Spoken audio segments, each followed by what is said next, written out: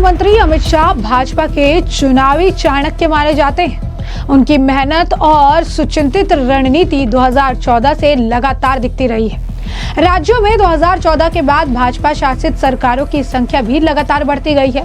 North east के राज्यों में भी भाजपा ने गहरी पैठ जमा ली है। इसके पीछे शाह की ही रणनीति रही है। 2015 में बिहार एनडीए के हाथ से निकल गई तो अमित शाह ने 2 साल बाद ही नीतीश कुमार को पटाकर महागठबंधन सरकार का पटाक्षेप करा दिया। इस तरह की कई उपलब्धियां हैं जो अमित शाह को एक बेहतर रणनीतिकार और साथ ही साथ चाणक्य बनाती है।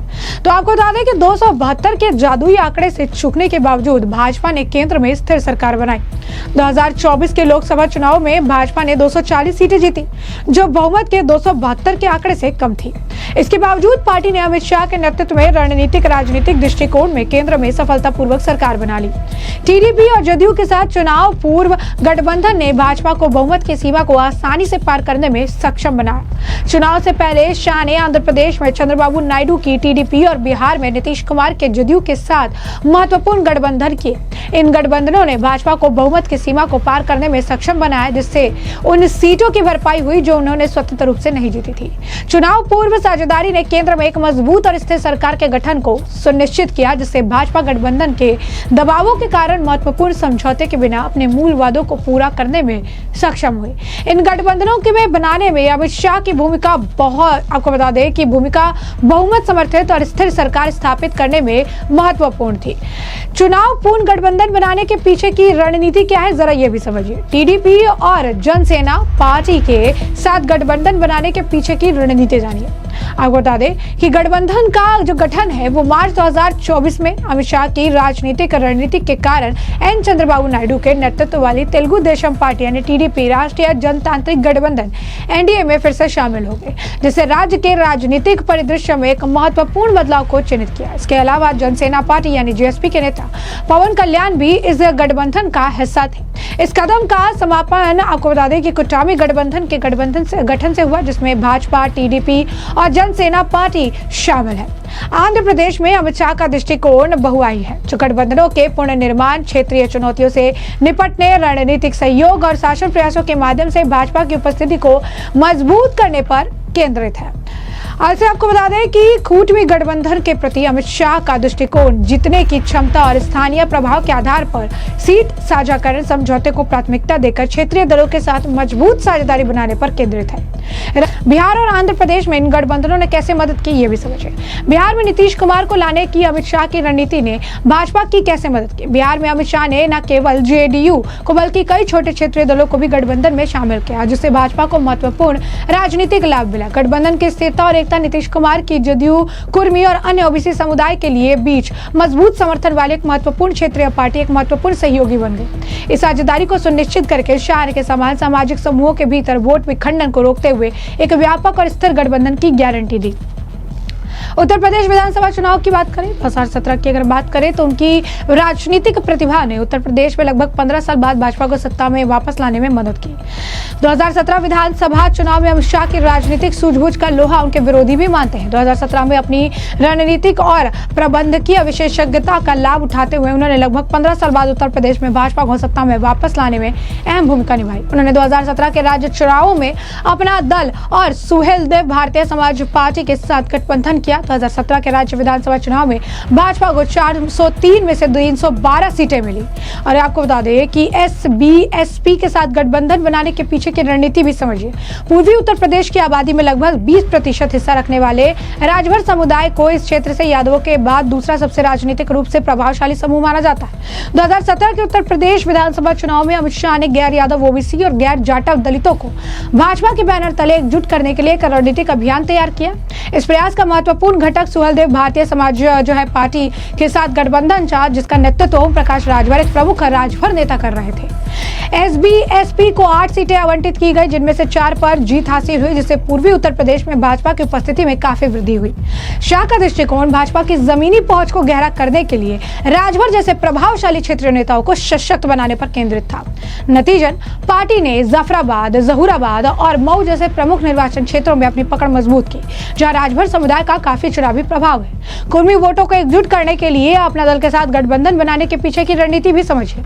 उत्तर प्रदेश की आबादी में कुर्मी समुदाय की हिस्सेदारी करीब 7 से 8% है, जिसकी मौजूदगी पूर्वी यूपी के जिले जैसे कि प्रतापगढ़, प्रयागराज, सोनभद्र और मिर्जापुर में है। अमित शाह ने कुर्मी मतदाताओं को अपने पक्ष में करने के लिए एक लक्षित रणनीति तैयार की, जो एक प्रमुख गैर यादव ओबीसी समूह है। उन्होंने उसके चुनावी महत्व को पहचाना। इस योजना का महत्वपूर्ण हिस्सा कुर्मी नेता अनुप्रिया पटेल के नेतृत्व वाले अपना दल, आपको बता दें कि सोनेलाल के साथ भाजपा का गठबंधन था। अपना दल एस को 2017 में चुनावों में 11 सीटें आवंटित की गई। उन्होंने 9 सीटें जीती, जिनमें से ज्यादातर मध्य और पूर्वी यूपी के क्षेत्रों में थी, जहां कुर्मी आबादी काफी अधिक है। इस गठबंधन ने भाजपा को कुर्मी वोटों को एकजुट करने में मदद की, खासकर प्रतापगढ़, मिर्जापुर, बनारस जैसे जिलों में।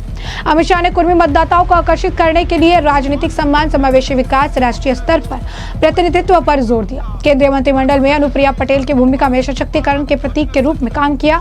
कुर्मी समुदाय के प्रति भाजपा की प्रतिबद्धता को मजबूत किया। इन संयुक्त प्रयासों में कुर्मी वोटों को भाजपा के नेतृत्व वाले गठबंधन की ओर से आकर्षित करने में महत्वपूर्ण भूमिका निभाई, जिसने 2017 में भाजपा की व्यापक जीत में महत्वपूर्ण भूमिका निभाई। मिशन बिहार 2025 विधानसभा चुनाव की बात कर ले तो बिहार में एनडीए की भारी जीत सुनिश्चित करने के लिए मास्टर रणनीतिकार काम पर हैं। उनकी रणनीति में मुख्य घटक महत्वाकांक्षी सीट मार्च 2025 में शाह ने 243 में से 225 से अधिक सीटों का लक्ष्य रखा, जिनमें एनडीए 200 सीटों की सीमा को पार कर गया और एक प्रमुख बहुमत स्थापित किया। गठबंधन, सामंजस्य और सीट बंटवारा समझिए। शाह ने जदयू और अन्य एनडीए सहयोगियों से, जिनमें हम एस, आरजेडी और एलजेपी को शामिल किया, और इसके साथ ही साथ आपको बता दें कि इसके जीतने की क्षमता को पहले दृष्टिकोण को प्राथमिकता दी, जो प्रतिनिधित्व को अधिकतम करने के लिए सफल 2020 गठबंधन ढांचे के साथ निकटता से जुड़ा हुआ है। बूथ स्तरीय प्रबंधन और मतदाता जुटान। महाराष्ट्र में इस्तेमाल की गई सफल रणनीति से सीख लेते हुए शाह ने बूथ स्तरीय समितियों के खराब प्रदर्शन करने वाले बूथों की बारीकी से निगरानी करके लक्षित आउटरीच को सक्षम करके मतदाता मतदान को बढ़ावा देने का निर्देश दिया। एकीकृत नेतृत्व संदेश समझिए। भाजपा की बढ़ती प्रमुखता के बीच शाह ने कूटनीतिक रुख अपनाया। एनडीए के भीतर एकता और सामंजस्य बनाए रखने के लिए नीतीश कुमार की नेतृत्वकारी भूमिका पर लगातार जोर दिया। बंद कमरे में हुई बैठक। शाह ने भाजपा नेताओं के साथ बंद कमरे में रणनीतिक बैठकें की, जिससे पार्टी की चुनावी संभावनाओं को मजबूत करने के लिए 6 महीने का रोड मैप तैयार किया गया, और उन्होंने पार्टी सदस्यों को आश्वस्त किया और इससे अपनी स्थिति मजबूत करने के लिए सहयोगियों के साथ मिलकर काम करने का आग्रह किया। शाह का दौरा और वरिष्ठ नेताओं के साथ बैठक। मार्च और जून में शाह ने बिहार का दौरा किया, पार्टी नेताओं और कुछ कार्यकर्ताओं के साथ बैठक की, जिन्होंने चुनाव अभियान पर काम करना शुरू कर दिया। मिशन साउथ तमिलनाडु जीतना। तमिलनाडु में अमित शाह की शानदार रणनीति के बारे में जानिए। भाजपा और AIADMK गठबंधन जो है उसका बनाने के पीछे का कारण भी समझिए। तो 11 अप्रैल को केंद्रीय गृह मंत्री अमित शाह ने घोषणा की कि भारतीय जनता पार्टी और अखिल भारतीय अन्ना द्रविड़ मुनेत्र कणम 2026 के तमिलनाडु विधानसभा चुनाव के में एक साथ लड़ेंगे। अमित शाह ने कहा कि AIADMK और भाजपा नेताओं ने तय किया है कि तमिलनाडु में होने वाले विधानसभा चुनाव में AIADMK, भाजपा और सभी गठबंधन दल एनडीए के रूप में मिलकर चुनाव लड़ेंगे। ये चुनाव राष्ट्रीय स्तर पर प्रधानमंत्री मोदी के नेतृत्व में और राज्य सरकार स्तर पर AIADMK नेता पलनीस्वामी के नेतृत्व में लड़े जाएंगे। 13 अप्रैल को भाजपा और नयनार नागेंद्रन को प्रदेश अध्यक्ष नियुक्त किया गया, और नागेंद्रन की नियुक्ति विपक्षी पार्टी AIADMK को खुश करने और दक्षिणी तमिलनाडु में ओबीसी वोटों को मजबूत करने का प्रयास था। उनकी नियुक्ति को मुकुलाथोर जाति के वोटों को मजबूत करने के प्रयास में रूप में देखा गया, जो दक्षिणी तमिलनाडु में मारवाड़, आगुमुदयार और कल्लर जातियों के लिए छत्र शब्द और जिसे थेवर के नाम से भी जाना जाता है, समुदाय की आबादी 10 से 12% होने का अनुमान।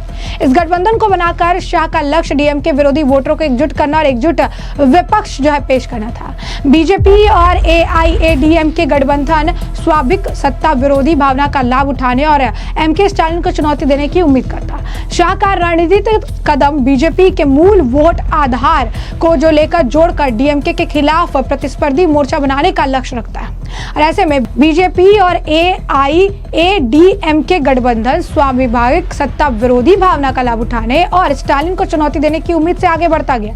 आपको बता दें कि जो तमिल जड़ों वाली एक प्रमुख द्रविड़ पार्टी है, उसके साथ साझेदारी करके बीजेपी हिंदी केंद्रित या उत्तर भारत केंद्रित एजेंडे को बढ़ावा देने की धारणा का मुकाबला करने में सक्षम थी। इस गठबंधन ने भाजपा को तमिल मतदाताओं तक अप्रत्यक्ष पहुंच प्रदान की, साथ ही उसे सीधे टकराव के बिना राज्य की भाषाई संवेदनशीलता को समझने की अनुमति दी। इस रणनीतिक गठबंधन के माध्यम से अमित शाह ने द्रविड़ वोट को विभाजित करने का भी लक्ष्य रखा, जिससे तमिल पहचान और क्षेत्रीय राजनीतिक स्थान पर डीएमके के प्रभुत्व को प्रभावी ढंग से चुनौती मिली। विकास और जो है शासन पर क्या ध्यान केंद्रित करना। अमित शाह ने शासन और विकास संबंधित मुद्दों पर ध्यान केंद्रित करके डीएमके के हिंदी विरोधी व्यंग पर जवाब दिया। 8 जून को अमित शाह ने डीएमके शासन में 39,775 करोड़ रुपए के TASMA के घोटाले का जो है आरोप लगाया। अमित शाह ने तमिलनाडु में डीएमके सरकार पर कड़ा हमला किया, जिसमें राज्य चुनावों से पहले भ्रष्टाचार, कानून व्यवस्था के मुद्दे को प्रमुख चिंता। शाह ने कथित घोटाले को उजागर किया, जिसमें 39,000 करोड़ रुपए का शराब घोटाला, रेत खनन, ऊर्जा, एल्कोच और परिवहन घोटाला शामिल है। और ऐसे में आपको बता दें कि 2024 के लोकसभा चुनाव में 39 सीटों में से भाजपा ने 23 सीटों पर उम्मीदवार उतारे और इसके अलावा पीएमके ने 10 सीटों पर, टीएमसी ने 3 सीटों पर और एएमएके ने 2 सीटों पर और ओपीएस ने 1 सीट पर चुनाव लड़ा। जबकि लोकसभा चुनाव के लिए एआईएडीएमके गठबंधन बनाया गया था, जिसमें एआईएडीएमके, डीएमडीके, पूथिया थमिजम यानी पीटी और एसटीपीआई शामिल थे। एआईएडीएमके ने 34 सीटों पर चुनाव लड़ा, जिसमें पीटी और एसटीपीआई ने एआईएडीएमके के 2 पत्ते वाले चुनाव चिन्ह पर इस्तेमाल किया, जबकि डीएमडीके ने 5 सीटों पर चुनाव लड़ा। 2024 के आम चुनाव में भाजपा का वोट शेयर 11.24% था, जिसके अलावा एनडीए गठबंधन का वोट शेयर 18.27% था। दूसरी ओर 2024 के लोकसभा चुनाव में एआईएडीएमके का वोट शेयर 20.46% था और एआईएडीएमके गठबंधन को कुल 23.5% वोट मिले। अमित शाह को उनके समकालीन नेताओं से अलग क्या बनाता है, ये भी समझिए। प्रमुख क्षेत्रीय खिलाड़ियों को शामिल करना। जीतन राम मांझी के नेतृत्व वाली जो है आपको बता दें उनकी पार्टी, उपेंद्र कुशवाहा के नेतृत्व वाली उनकी पार्टी और चिराग पासवान के नेतृत्व वाली उनकी पार्टी, चंद्रबाबू के नेतृत्व वाली टीडीपी और पवन कल्याण की जनसेना पार्टी जैसी पार्टियों को लाकर शाह ने विभिन्न जातिगत समीकरणों को संबोधित किया, विभिन्न समूहों को प्रतिनिधित्व दिया और नाराजगी को कम कर दिया। शाह के प्रत्येक सहयोगी की भूमिका और प्रभाव के बारे में स्पष्टता बनाए रखी, जिससे गठबंधन के भीतर ओवरलैप और प्रतिस्पर्धा को रोका जा सका। शाह ने संघर्षों को जल्द से हल करने और एकता बनाए रखने के लिए एनडीए भागीदारों के बीच निरंतर संवाद और समन्वय की सुविधा प्रदान की और साथ ही साथ विपक्षी गठबंधन को हराने में साझा उद्देश्य पर जोर देकर भागीदारों को व्यक्तिगत महत्वाकांक्षाओं से परे एकजुट और केंद्रित रखने में मदद मिली। और इसी के साथ कई जगहों पर आज ज्यादातर राज्यों में बीजेपी का शासन है और यही सब चीजें हैं जो अमित शाह को भाजपा का चाणक्य बनाता है। तो ऐसे में अब इस पूरे मामले पर आपकी जो राय हो कमेंट सेक्शन में कमेंट करके जरूर से जरूर साझा करिएगा। धन्यवाद।